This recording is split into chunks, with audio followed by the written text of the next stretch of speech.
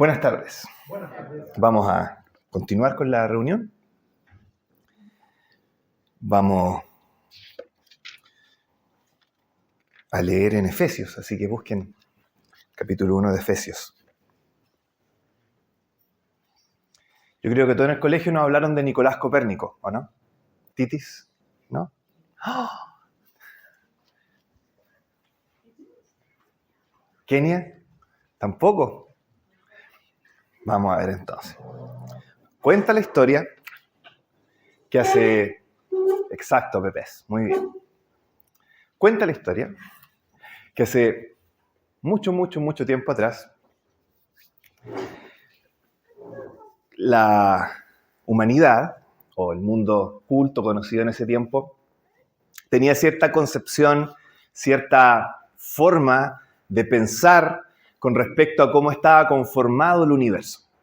Había, de hecho, toda una estructura, se supone, basada en la Biblia, muy propagandeada por la Iglesia Católica, también, en ese tiempo. Y en esta visión del mundo, la Tierra era el centro del universo y todo el resto del universo estaba relacionado con respecto a la Tierra. Todo giraba, por así decirlo, en torno a nosotros. O sea, nos creíamos el hoyo del queque. Éramos lo máximo, lo principal, lo central, el punto más importante dentro de la historia y de la anatomía de este universo. Pero entonces llega este personaje llamado Nicolás Copérnico, que por diversas razones de sus propios estudios llega a la conclusión correcta de que en realidad la Tierra no es nada el centro del universo. En realidad el universo es algo mucho más grande y la Tierra simplemente es un puntito que está girando alrededor del Sol y el Sol a su vez está girando alrededor de otras cosas y esa otra cosa al final de otras cosas más.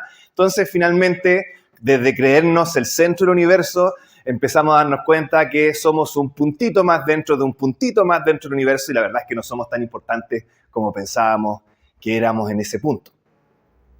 ¿Qué pasa? Desde ese momento en adelante, cada vez que tú llegas a entender ciertas cosas que te hacen darte cuenta que no eres tan importante como crees, que no eres el centro del universo, a ese evento, la mayoría de la gente le llama una revolución copérnica en mi vida.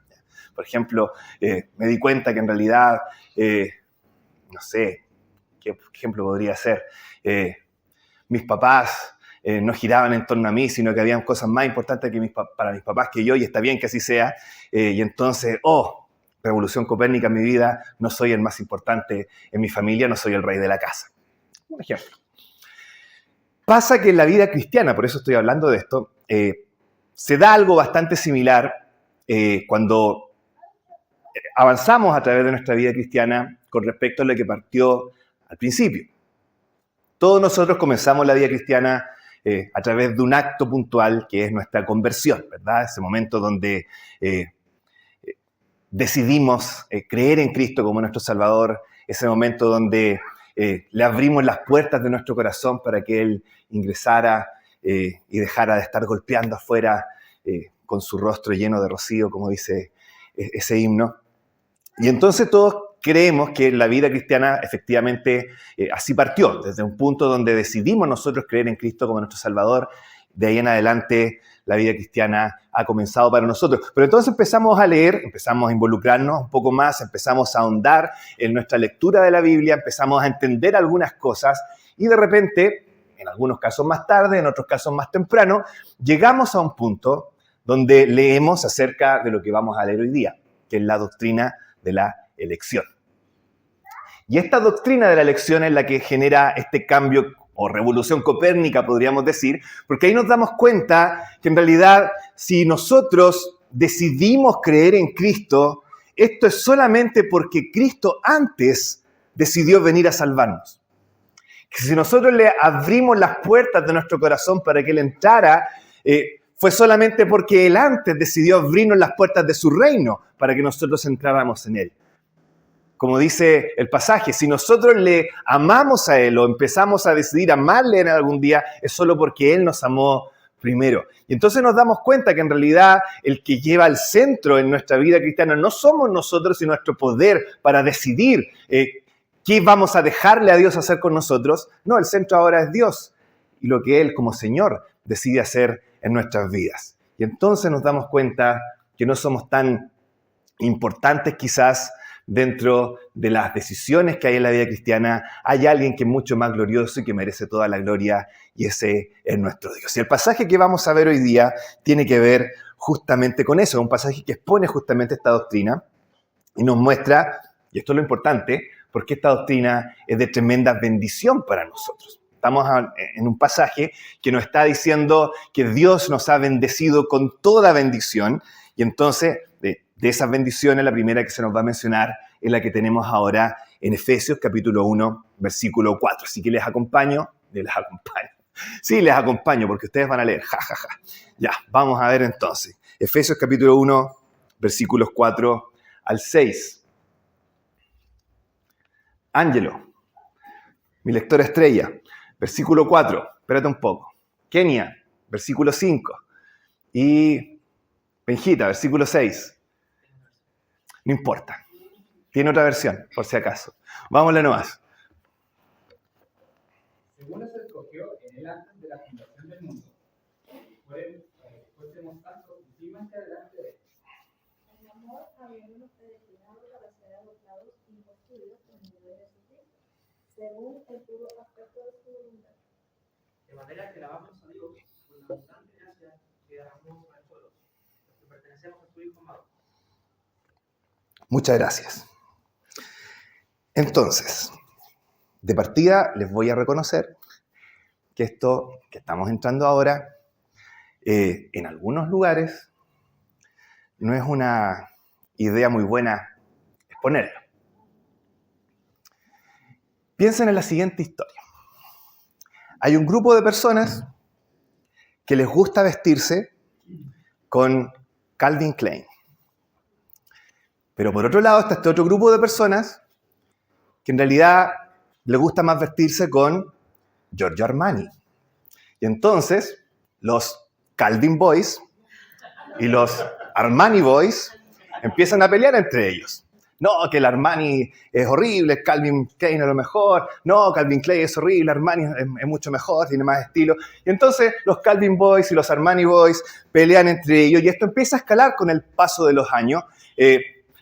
Sociedades enteras empiezan a debilitar y a dividir por causa de los Calvin Boys y los Armani Boys, y de repente empiezan a ir a otros lugares y en vez de preocuparse porque la gente siquiera esté vestida, lo único que se dedican a hacer es a criticar porque estás vestido con Armani y no estás vestido con Calvin Klein, o porque estás vestido con Calvin y no estás vestido con Armani. Bueno, algo así, guardando las proporciones, es lo que ha pasado con esta doctrina. Hay unos Calvin Boys por un lado y hay unos Armani Boys por el otro, y tienen sus formas de ver esta doctrina. Ninguna de las dos es antibíblica, ninguna de las dos es hereje. Son formas de entender esta doctrina, pero ha pasado que se ha generado cierta disrupción y entonces algunos dicen, no, tu forma de entender esta doctrina es hereje, hace de Dios cierta persona que no es, y los otros dicen, no, tu forma de ver es horrible. Y no les miento, iglesias se dividen por esto.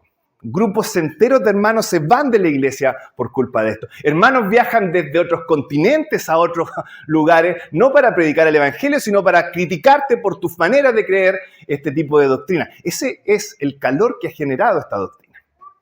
Y la verdad es que es lamentable, porque cuando ustedes ven este pasaje, lo que se dan cuenta es que Pablo acá no tiene ni un deseo, ni unas ganas de pelear. Está hablando de todo lo contrario, está hablando de cómo hemos sido bendecidos y de la millonada de bendiciones que él pudiera haber escogido para partir hablando de las bendiciones de Dios. Escoge esta doctrina. Podría haber escogido cualquier otra, pero decide escoger esta. No la pone bajo la alfombra, no la esconda hasta el final, no le ponen un postdata al final de la carta y luego llegando le dice al que le envía la carta, oye, dile a los ancianos de esa iglesia que no hablen de esta doctrina, que solo se la mencionen en una reunión secreta a los miembros más maduros de la congregación, porque no es para que la escuche cualquier persona. No, la coloca ahí al frente. La primera doctrina que te coloca Pablo cuando quiere hablar de lo mucho que Dios nos ha bendecido es esta doctrina, la doctrina de la elección. No solo eso, fíjense ustedes en el detalle con el que comienza el versículo 4 que leyó Ángelo también. Dice, según nos escogió, nos bendijo según nos escogió. ¿Y por qué es importante esto? Porque ese según con el que parte el versículo 4 es un vocablo comparativo. Es el mismo que utiliza Pablo más adelante en esta misma carta cuando dice que debemos perdonar como Dios nos perdonó. Perdonar según Dios nos perdonó. Es el mismo vocablo. Por lo tanto, lo que está diciendo acá Pablo en realidad es que si tú quieres saber cuál es la grandeza de la bendición de Dios y tú quisieras comparar eso con algo, compáralo con la elección, te dice. Si tú quieres saber cuánto te ha bendecido Dios, compara esto con la elección de Dios. En la elección de Dios, tú tienes un grado de lo mucho que Dios nos ha bendecido. Y entonces se genera una especie de disyuntiva en nosotros, porque estamos acostumbrados a que esta es una doctrina que hay que esconder, que hay que mantener alejada, que no hay que tocarla mucho, jalar rapidito por la superficie, porque puede traer discusiones, puede traer cierto tipo de división en la iglesia. Y Pablo te dice, no, eso no es lo que pasa con esta doctrina. Esta doctrina realmente es el ápice de lo mucho que Dios nos ha bendecido. Y entonces nos preguntamos, ¿por qué? Y eso es lo que vamos a buscar responder justamente hoy día. ¿Por qué para Pablo el estándar de comparación de lo mucho que Dios nos ha bendecido es justamente una doctrina como esta? Así que vamos a orar para pedirle al Señor su ayuda para que podamos disfrutar de esto que Pablo nos muestra en estos versículos y luego vamos a continuar. Nuestro Padre, gracias por poder disfrutar de tu palabra, gracias porque podemos recibir de parte de ella lo que tú nos muestras. Rogamos que tú nos hables en esta tarde, que tú quites cualquier presupuesto que pudiera haber en nuestro corazón, que lo endurezca, que lo haga resistente a lo que tú nos muestres, que todo lo que escuchemos en estos momentos lo entendamos como algo para nuestra bendición, para nuestra edificación, no para endurecernos. Guía todo lo que se diga, que tu Espíritu obra en nuestro corazón, que tu Espíritu actúe en medio de esta sala, en esta tarde, para poder llevarnos a amarte más a ti y a entenderte más a ti y a disfrutarte más a ti también. Gracias porque podemos estar juntos, porque podemos abrir tu palabra con libertad y exponer lo que ella nos dice. En el nombre de nuestro Salvador, nuestro Señor Jesús. Amén. Entonces, 4 cosas con respecto a la doctrina de la elección que nos muestra justamente este pasaje. Vamos a hablar en primer lugar del hecho, el hecho de la elección, ¿no es cierto? Según nos escogió en él, dice el pasaje, antes de la fundación del mundo. Luego vamos a hablar del propósito. ¿Cuál es el propósito? Para ser santos y sin manchas, delante de él, en amor. En tercer lugar vamos a hablar del método. ¿Cuál es el método de Dios? Predestinándonos para ser hechos hijos, según el puro afecto de su voluntad. Y finalmente el objetivo, que es el que tenemos al final del versículo 6, para alabanza de la gloria de su gracia. Son las 4 cosas que nos dice este pasaje con respecto a la doctrina de la elección, y es lo que vamos a ver en estos minutos que tenemos por delante. Vamos a lo primero, el hecho. Y el hecho es tan sencillo y tan básico, pero tan profundo a la vez, como que si tú eres creyente, esta es la idea principal, si tú eres creyente, piénsalo, ¿eres creyente? ¿No eres creyente? Si eres creyente, bueno, si eres creyente, lo que este pasaje te está diciendo es que Dios te ha escogido. Si tú eres creyente, has sido escogida o escogido por el Padre. Eso comienza diciendo el versículo 4, ¿verdad? Según nos escogió. ¿Quién nos escogió? El Dios y Padre de nuestro Señor Jesucristo, dice el versículo 3. Entonces, el Dios y Padre de nuestro Señor Jesucristo nos escogió en Él antes de la fundación del mundo. Ese es el hecho. Si eres creyente, si has creído en Cristo como tu Salvador, Dios te ha escogido. Eso es lo que nos dice precisamente este pasaje. Pero hay como mínimo 2 cosas que aquí tenemos que destacar en esta frase. La primera, que nos dice el versículo, es que Dios el Padre nos escogió, dice, antes de la fundación del mundo. Eso es lo primero. Dios nos escogió antes de la fundación del mundo. La idea acá de fundación, la palabra esta que se utiliza en el original para hablar de la fundación, tenía que ver con un término usado en la agricultura en ese tiempo, que era echar semillas. Entonces podríamos decir, antes de que Dios echara las semillas para fundar el universo, Dios te escogió. Eso es lo que nos está diciendo este pasaje. Dios te escogió antes de que el mundo fuera fundado.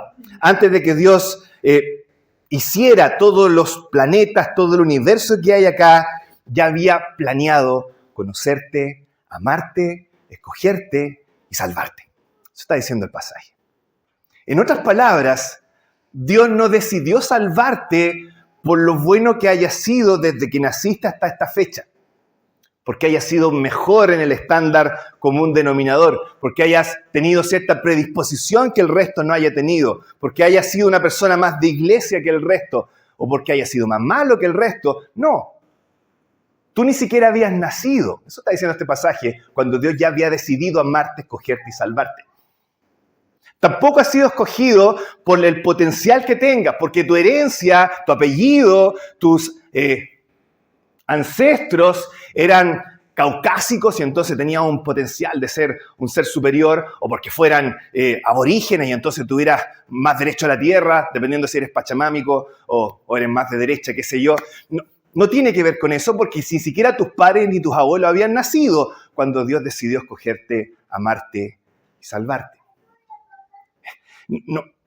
No había nada. Piensen en esto. De repente nos cuesta pensar en esto. Piensen que cuando no había universo, no había materia, no existía espacio, cuando no había tiempo, cuando todo lo que había en la vida, por así decirlo, era el puro corazón de Dios. En ese corazón, Dios latía de amor pensando en ti, en tomarte, amarte, escogerte y salvarte. Eso es lo que está diciéndonos este pasaje. En corto, lo que te está intentando decir Pablo acá es que no depende de ti, depende de Dios. Dios te ha amado, Dios te ha escogido. Si eres salvo, es porque Dios te amó desde antes que existiera ni siquiera el universo. Y entonces, la verdad es que cuando uno lo ve desde esa perspectiva, no resulta difícil entender porque esto es una bendición, ¿verdad? Que Dios me ame así no tiene nada de controversial. Es la bendición más grande que yo pudiera tener. Pero sigue el pasaje. Fíjense que el versículo 4 nos dice que el Dios y Padre de nuestro Señor Jesucristo nos escogió en Él. Y aquí la idea no es que Dios Padre nos haya escogido en Él mismo, sino que nos escogió en el Señor Jesucristo. Según nos escogió en Él. ¿En quién? El que termina el versículo 3.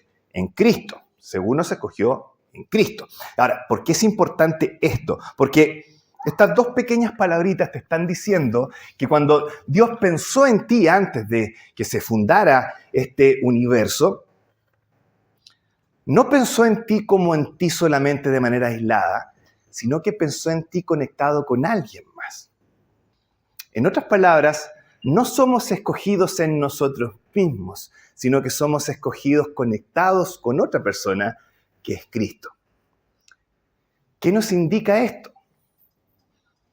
Lo que nos indica esto es una realidad que está en la Biblia, por supuesto en otros lados, y es que si se tratara de ser escogidos en nosotros mismos, sin conexión con Cristo, jamás habríamos sido escogidos para salvación, por lo que lo único que merecemos en nosotros mismos es condenación, porque somos pecadores condenados por nuestro propio pecado. El hecho de que hayamos sido escogidos en Cristo, por lo tanto, acusa cuál es nuestra condición de base.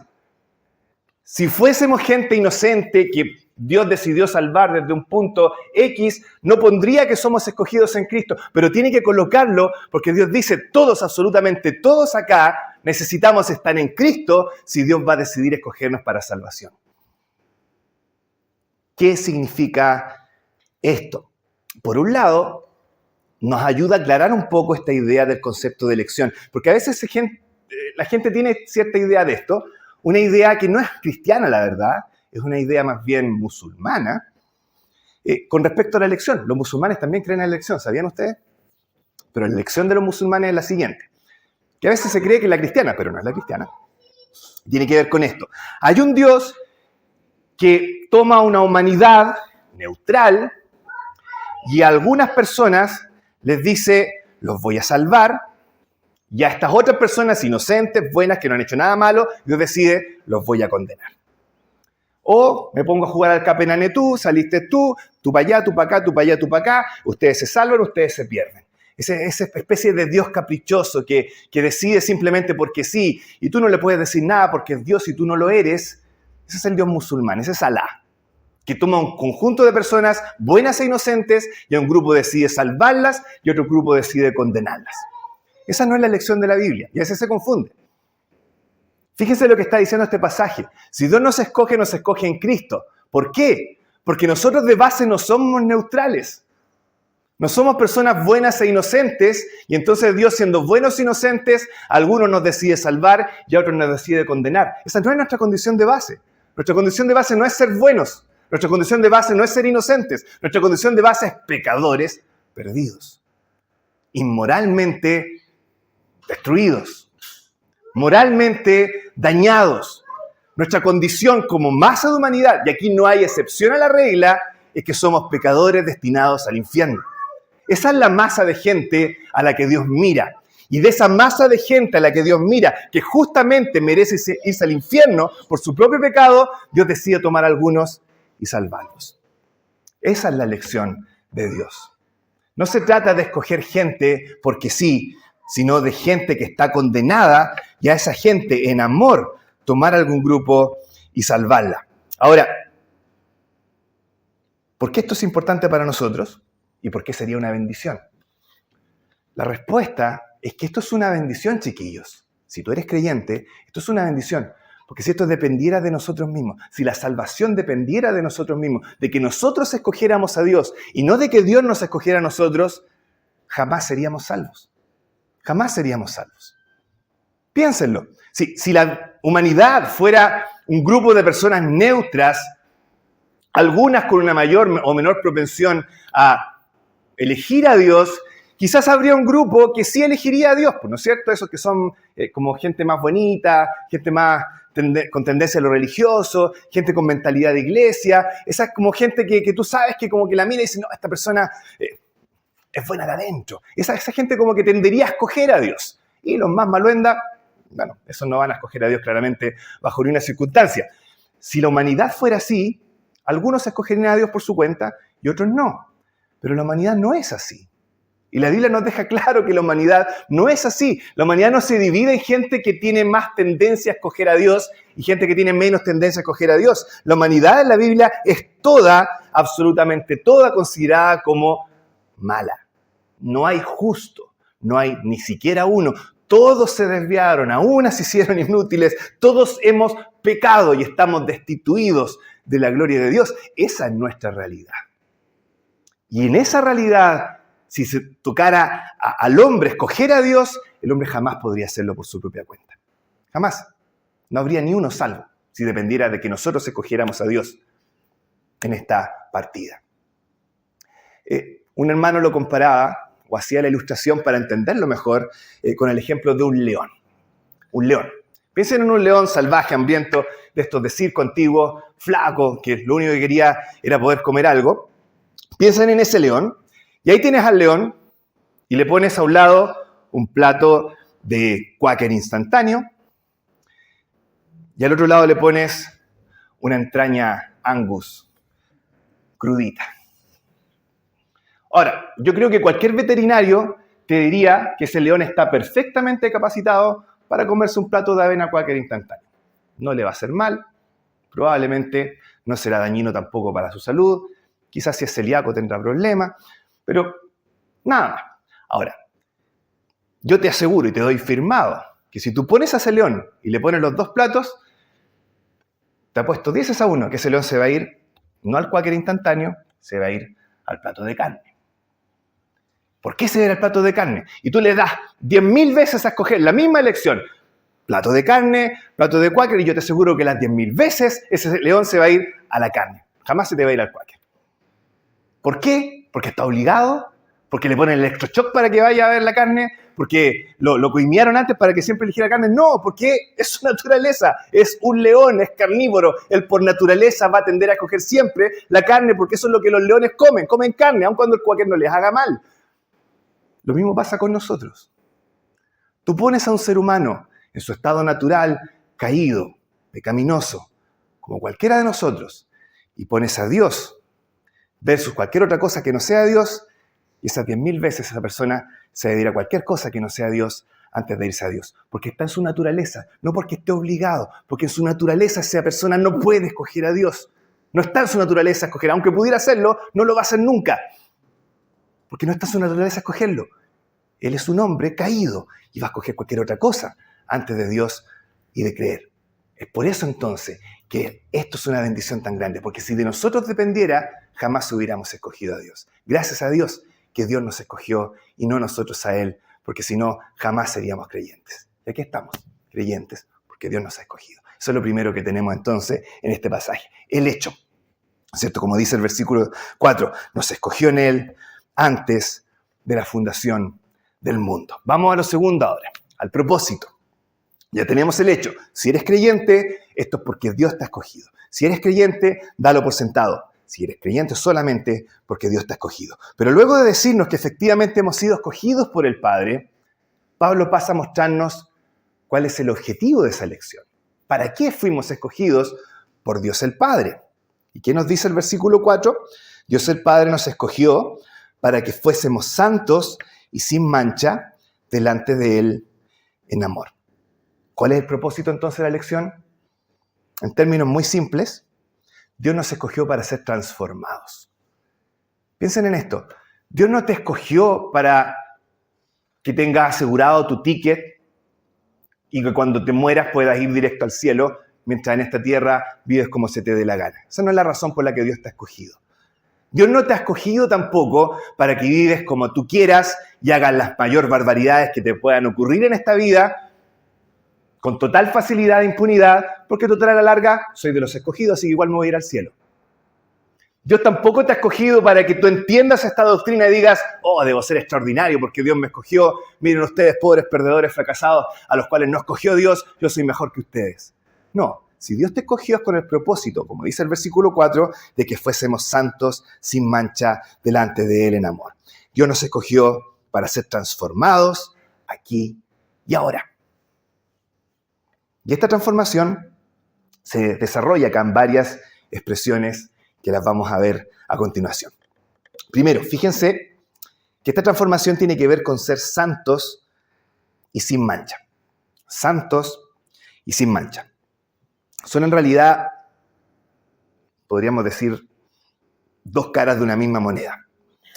Por un lado está la parte negativa, sin mancha, y por otro lado está la parte positiva, santos. Algo es quitado de ti, la mancha, pero a la vez algo es agregado a ti, la santidad, santos y sin mancha. Esa es la primera transformación que Dios ejerce en tu vida. Algo muy personal, algo muy individual, algo que tiene que ver contigo precisamente y con tu vida propia individual. Pero ya nos dice algo importante e interesante acá. ¿Qué es lo que nos dice este pasaje? Que el cristianismo, la vida cristiana, la razón por la que Dios te escogió, no es solamente para que dejes de hacer ciertas cosas, sino para que empieces a hacer otras cosas. No es para que seas menos como el diablo solamente, sino para que seas más como Cristo. ¿Por qué es importante? Porque muchas veces la manera de concebir nuestra de la vida cristiana tiene que ver con eso, con simplemente no ser ciertas cosas. ¿Cierto? Ser cristiano es no hacer esto, es no ir a este otro lugar, es no tomar esto, es no comer esto otro. Eso es ser cristiano. Es no. Y sí, es verdad, la vida cristiana implica no hacer algunas cosas, se eliminan ciertas cosas, pero involucra mucho más que eso. Tiene que ver con ser santos, con algo positivo que tú vas cultivando también en tu vida llamado santidad, que es parecerte cada vez más a Cristo. Entonces es algo individual, algo personal, santos y sin mancha. Pero eso es lo primero. Fíjense lo segundo ahora. Se nos dice que esta transformación es en amor. Y aquí quizás es importante aclarar algo, porque esta expresión en amor, en la versión que ustedes tienen en sus Biblias, aparece conectada con la frase siguiente. Si ustedes leen el versículo 5, dice, en amor, habiéndonos predestinado, etcétera, etcétera. Sin embargo, en Efesios, casi la totalidad de las veces que se utiliza esta expresión en amor, nunca va al principio de la oración que le corresponde. Siempre va al final. Y la mayoría de las veces, diría casi todas, prácticamente todas, no tiene que ver con el amor que Dios tiene con nosotros, que sería el sentido si estuviera en el versículo 5, sino que tiene que ver con el amor que nosotros tenemos entre nosotros, que es el sentido si ustedes lo conectan con el versículo 4. Por lo mismo, es más probable que una correcta traducción sea para que fuésemos santos y sin mancha en amor. Santos y sin mancha en amor. ¿Y qué riqueza se obtiene de conectar esta frase en amor a la santidad y al tener sin mancha? Una tremenda riqueza. Piensen en esto. ¿Qué es ser santo de acuerdo al concepto común de nuestra mente colectiva? El santo es esa persona de repente un poco más aflautada, que casi no puede tocar al resto y déjenme tranquilo y me alejo de los demás porque soy santo y ustedes no son tan santos como yo, y si yo me junto con ustedes, si me contacto con ustedes, pueden contaminar mi inmaculada santidad, y entonces yo tengo que alejarme de ustedes y vivir una vida apartada de todos ustedes pecadores que no son tan santos como yo soy. Entonces de repente tienes a los santos en la iglesia y que son como hermanos en comunión, que están como más arriba, ¿no es cierto? Más apartados en su torre de marfil, porque ellos son santos. El pasaje acá te está diciendo que tú crezcas en santidad, que tú crezcas sin mancha, como dice el pasaje, significa que tú vas a crecer en amor hacia tus hermanos. En otras palabras, la santidad no es vivir una vida más apartada de tus hermanos, más aflautada, más distanciada, temiendo que tus hermanos te puedan contaminar con su menor santidad a la tuya. No, si eres más santo, eso se va a demostrar en que vas a amar más a tus hermanos, los vas a amar mejor, vas a aprender a tenerles más cariño, vas a aprender a disfrutar más con ellos en vez de apartarte de ellos. Curioso, ¿verdad? Porque ese no es el concepto que tenemos de santidad. Para nosotros el santo es el que está como distinto, el que tú no le puedes de repente conversar de cualquier cosa porque te mira medio extraño. Acá la Biblia te dice, si tú creces en santidad, no vas a crecer en apartarte del resto, vas a crecer en juntarte más con el resto, en amar más al resto como Cristo amó a los suyos, en amor. Y ustedes se fijan que ahora la idea no solamente tiene que ver con lo que tú eres tú solo, sino con lo que tú eres comparado con el resto. Ya no es individual, ya no es ser simplemente tú santo y sin mancha, sino ahora de tener amor hacia tus hermanos. Ya se expande, no eres tú solo, es una comunidad. Y empezamos a ver el tema de Efesios también, ¿verdad? Efesios tiene que ver con cómo somos unidos dentro de una comunidad. Y aquí se nos está diciendo, tú creces en santidad, y cuando creces en santidad, eso se va a notar. No porque te apartes del resto, se va a notar porque te vas a empezar a juntar más con el resto y amarlos mejor. Así es como tú demuestras indirectamente, sin querer a lo mejor, que estás creciendo en una mayor santidad. Pero el párrafo termina, en tercer lugar, diciéndonos que esta transformación es delante de Él, para que fuésemos santos y sin mancha delante de Él. Y quizás esto sea lo más extraordinario, porque no es solamente algo personal, no es que tú crezcas en ser santo y sin mancha. No solamente es algo comunitario, no es que tú aprendas y disfrutes más y ames más a tus hermanos. Tiene que ver ahora con Dios, para estar delante de Él. Y de repente como que no captamos muy bien esta idea, como que nos parece demasiado etérea, como ya, estar delante de Dios y qué tanto. Pero eso es porque estamos tan ciegos de repente a lo disfrutable que es Dios, que no nos damos cuenta del tremendo beneficio y bendición que significa esto. Y de repente tenemos que compararlo con cosas más terrenales para darnos cuenta. Yo creo que cualquiera de nosotros, y ustedes también, si han pasado por esto, me van a encontrar la razón. La niña que te gusta. Ahí estás tú. Y puedes estar mirándola por horas, disfrutándola. Y el resto dice, mira, el pavo está mirándola y no hace ni una cuestión, que fome. Pero tú sabes que para ti no es fome, es maravilloso. Bueno, explota eso a la infinitud y vas a tener una idea de lo que es disfrutar de Dios y estar delante de Él. Es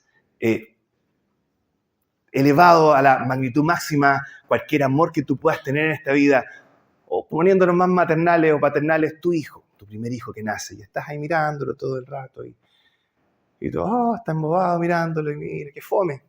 Pero para ti no es fome porque es tu hijo y lo disfrutas. Eleva eso a la potencia máxima y tienes una idea de lo que es estar delante de Dios, delante de Dios. Fuimos escogidos para ser santos y sin mancha delante de Él. Disfrutar de comunión con Dios mismo. Esa es la bendición. Y nuevamente entendemos por qué esto es una bendición para nosotros. Vamos ahora al método. Número 3.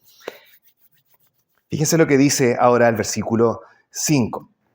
Ya vimos la parte que dice en amor y empezamos entonces el versículo 5 que nos dice habiéndonos predestinado para ser adoptados hijos suyos por medio de Jesucristo según el puro afecto de su voluntad. ¿Por qué digo que aquí está el método? Fíjense cómo expresa Pablo esta frase. Pablo nos dice, Dios nos predestinó para ser adoptados. Podría haberlo dicho. No lo dice. Dice, habiéndonos predestinado, o de manera más simple podríamos traducirlo como predestinándonos para ser adoptados. Y conecten esto ahora con el versículo 4. Entonces, Pablo aquí nos está diciendo, Dios nos escogió predestinándonos. Hay una acción principal, que es elección. Dios nos escogió, punto. Esa es una acción principal. Pero la del versículo 5 no es una acción principal. Es una acción que explica la anterior. Nos escogió. ¿Cómo nos escogió? Predestinándonos. Y eso es importante. ¿Por qué? Porque tú dices, versículo 4, que Dios nos escogió para que seamos santos y sin mancha. Y entonces la pregunta que nos hacemos es, ¿cómo lo va a hacer Dios para lograr hacernos santos y sin mancha? ¿Qué mecanismos va a utilizar Dios para que realmente pueda lograr esto en nosotros? Para que realmente su propósito sea efectivo y lo logre. ¿Cómo lo va a hacer Dios para que seamos santos y sin mancha? La respuesta está en el versículo 5. Dios lo va a lograr predestinándonos para ser adoptados hijos suyos. Ese es el método. ¿Cómo Dios lo va a hacer para que sea efectiva esta idea que Él tiene de que seamos santos y sin mancha? Respuesta, versículo 5. Haciéndonos y adoptándonos hijos suyos, predestinándonos para ser adoptados hijos suyos. ¿De qué se trata este método entonces? Tiene que ver con lo siguiente. Desde el momento que somos salvos, Dios no solamente se transforma en tu Salvador, Dios no solamente se transforma en tu Señor, Dios no solamente se vuelve tu Rey, Dios se vuelve tu Padre. Eso es lo que está diciendo el pasaje. El que nos está escogiendo acá para ser santos y sin mancha es el Dios y Padre. Entonces hay un Padre que nos hace hijos. ¿Cierto? Eso es lo que dice el versículo 5, para ser adoptados hijos suyos. Ahora, ¿qué pasa cuando tú eres un hijo de alguien? De manera natural, por el ADN, hay cierto parentesco entre el hijo y su padre. Es esperable que si yo soy hijo de mi papá, me parezca a mi papá y no me parezca a Mauricio, por ejemplo. Obviamente, en ese sentido, tiene que ver con una conexión. Ahora, lo complicado acá es que cuando se trata de adoptar a alguien, eso no siempre se logra, ¿verdad? Tú puedes adoptar a otra persona y esa persona no se va a parecer necesariamente a ti, aun cuando de repente hay cierto parentesco también. Pero algo especial con la adopción de Dios, dice el apóstol Pedro acá, en la Biblia también, es que Dios nos hace participantes de su propia naturaleza cuando nos hace hijos suyos. Y entonces esto de que hay un parentesco entre el hijo y su padre por la naturaleza que hay en común entre ellos, en los creyentes sí se logra. ¿Cómo se ve ese parecido? Esa naturaleza en común, es lo que nos continúa diciendo el pasaje en el versículo 5, porque nos dice que somos adoptados hijos suyos por medio de Jesucristo. Por lo tanto, todo este parecido que hay entre padre e hijo tiene que ver con el gran Hijo de Dios, que es Jesucristo justamente. ¿Y cómo funciona esto? Bueno, por medio de Jesucristo, gracias a su obra, al momento de creer, el Espíritu Santo viene a nuestras vidas y Él se encarga, como dice Pablo a los Gálatas, de que Cristo sea formado en nosotros. Y entonces, pareciéndonos más a Cristo, nosotros los hijos somos parecidos a Dios el Hijo y de esa manera entonces somos similares como hijos de Dios a Dios también. Y ahí es entonces donde Dios logra su objetivo. ¿Por qué? Fíjense, el pasaje nos dice acá que Dios nos que Dios nos escogió para ser santos y sin mancha. Y el escritor a los Hebreos nos dice que Cristo es santo y sin mancha, apartado de los pecadores, hecho más sublime que los cielos. Si somos santos y sin mancha, es solo en la medida en que Cristo es santo y sin mancha. Se nos dice que somos santos y sin mancha para vivir en amor. Pero esto es solamente porque Cristo también ha amado a los suyos y luego nos dice, así como yo los he amado a ustedes, ustedes ámense también entre ustedes. Nuevamente, si somos santos y sin mancha en amor, es porque Cristo lo es y eso también se transforma en un parecido en nosotros. Y finalmente, delante de Él, está claro, ¿verdad? A quien le dijo Dios, tú eres mi Hijo amado en quien tengo complacencia, a nuestro Señor Jesucristo. Y solamente en la medida en que nos parecemos a Él. Entonces Dios también, lo que dice de su propio Hijo, lo puede decir de cada uno de nosotros. Tú eres mi Hijo amado, tú eres mi Hijo amado, en ti tengo contentamiento. De esa manera entonces Dios logra el mecanismo para cumplir con su propósito. Finalmente, número 4, el objetivo. ¿Cuál es el objetivo de todo esto? ¿Cuál es el propósito final, podríamos decir, que Dios tiene en todo lo que hace? Versículo 6. Esta es la meta, que no es un medio para ningún otro fin. Este es el fin, gran final, por así decirlo. Todo esto es, dice el versículo 6, para alabanza de la gloria de su gracia. Todo es para la gloria de Dios. Todo es para que Él lleve el crédito. Todo es para que Él sea el que reciba toda la honra por lo que Él hace en nuestras vidas y en las vidas de las personas que están a nuestro alrededor. Y de repente, ¿saben? Estamos tan acostumbrados a escuchar esto. Hacerlo todo para la gloria de Dios, todo es para la gloria de Dios, alabado sea Dios, glorificar al Señor es todo lo que tenemos que hacer en nuestras vidas, hacerlo todo para la gloria de Dios. Estamos tan acostumbrados a escuchar esta frase que leemos el versículo 6 y como que no nos suena muy especial, ¿verdad? Es un versículo más que dice que tenemos que hacerlo todo para la gloria de Dios. Y ahí nos quedamos. Y al hacer eso nos perdemos un tremendo detalle en este pasaje que no quiero que se nos pase por alto hoy día y entonces voy a terminar precisamente con esta idea. Ténganme un poco de paciencia, síganme en este argumento. Primero, fíjense que acá se nos habla de la gracia de Dios, ¿cierto? Su gracia.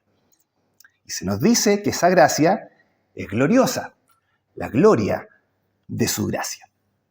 No solo eso, sino que esta gracia gloriosa está ahí para ser disfrutada y apreciada, para alabanza de la gloria de su gracia. Claro, ¿verdad? Es lo que dice el pasaje. Pero ahora, fíjense en lo siguiente. ¿Qué es lo que hace aquí, en este pasaje, en estos 3 versículos que acabamos de leer? ¿Qué es lo que hace aquí que la gracia de Dios sea vista como gloriosa específicamente? ¿Qué es lo que está aquí que hace que la gracia de Dios sea apreciada y valorada y alabada como gloriosa? La respuesta puede ser un poco chocante.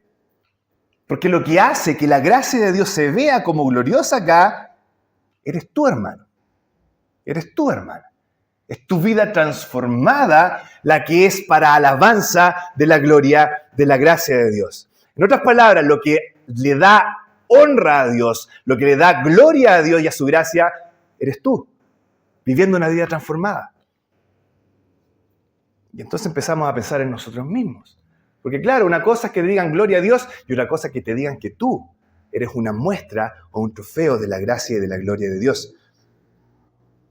Fíjate, no hay nada en este mundo que refleje de manera tan clara la gloria de Dios como un cristiano redimido. No hay nada. Dice el Salmo, ¿no es cierto? Los cielos cuentan la gloria de Dios, el firmamento anuncia la obra de sus manos, y de repente como que tenemos esta idea romántica de que voy a ir a ver la gloria de Dios y entonces me voy a retirar al campo y voy a meditar debajo de un árbol, viendo un atardecer, y ahí, oh, la gloria de Dios. Voy a disfrutar un poco de la soledad y la meditación, viendo al Dios glorioso que tengo. Sí, quizás sea cierto, porque los firmamentos y los cielos cuentan la gloria de Dios, pero ¿sabes qué?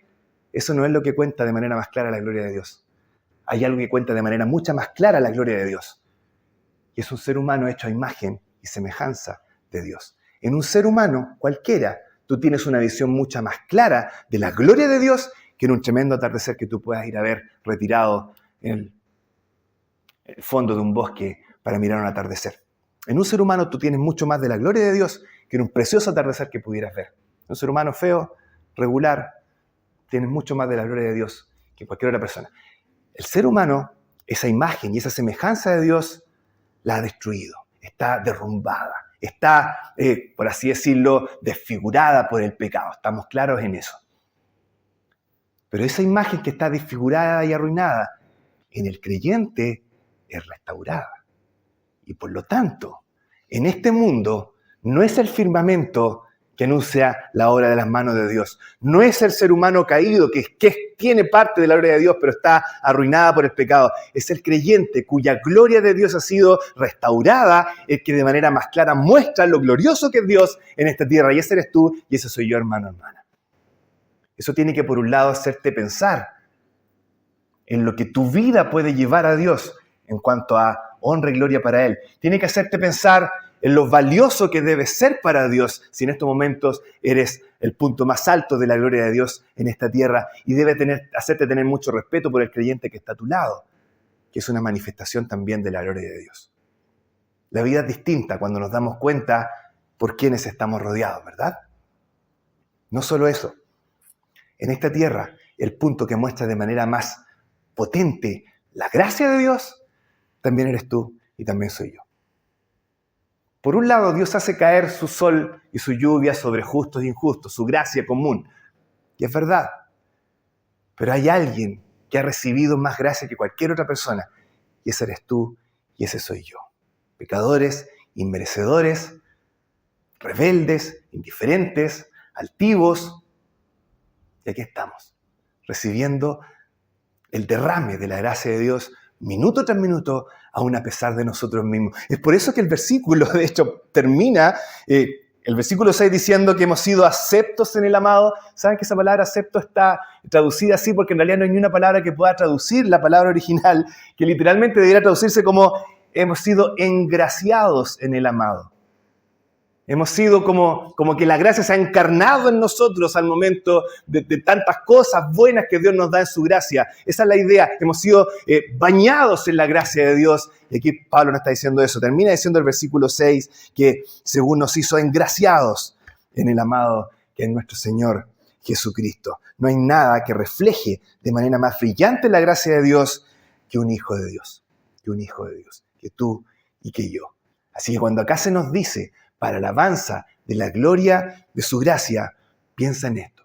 Piensa en que tu vida, siendo escogido por Dios antes de la fundación del mundo, para que seas santo y sin mancha, en amor en una comunidad, delante de Él, siendo transformado cada vez más parecido a Cristo porque eres adoptado hijo, todo eso lleva alabanza a la gloria de la gracia de Dios. Y entonces esto creo yo que es una tremenda motivación para vivir de una forma como a Dios también le agrada.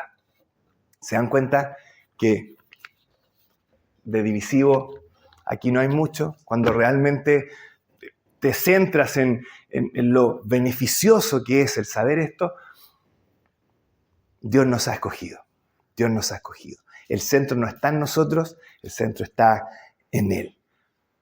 Si la gloria y la gracia de Dios se manifiestan a través de nuestras vidas, no es para que nosotros nos creamos la muerte, es para que los hombres vean, dice, vuestras buenas obras, como dice el mismo Señor, y glorifiquen a vuestro Padre que está en el cielo. Todo es para alabanza de la gloria de su gracia, no nuestra. Y entonces podemos entender por qué justamente hay esta revolución copérnica también en nuestras vidas. No soy yo el más importante, no son ustedes los más importantes, Dios es el más importante y lo que Él tiene con nosotros es buena noticia, porque al ser Él el más importante, sus propósitos que se cumplen en nosotros resultan de tremenda bendición también para nosotros. Vamos a orar para terminar. Nuestro Padre Celestial, gracias por tu palabra, gracias por poder disfrutar de estos momentos juntos. Gracias por poder recordar por un momento más la obra tuya, lo que tú has hecho, cuáles son tus planes. Y tus planes no son planes que se puedan quedar solamente en buenas intenciones. Tus intenciones se cumplen, tus propósitos son soberanos. Y te agradecemos por eso, porque si fuera dependiente de nosotros, qué mediocre, qué paupérrima sería la visión de nuestro futuro, pero depende de ti y eso lo hace siempre victorioso, porque tú triunfas aún a pesar de nosotros. Queremos que esto sea cada vez menos real, que tus propósitos sean bienvenidos a nuestras vidas, no rehuidos, y que podamos entonces, viendo cómo tú trabajas, cómo tú obras, darte la gloria que tú también solamente mereces. Quedamos agradecidos delante de ti en el nombre del Señor Jesús. Amén.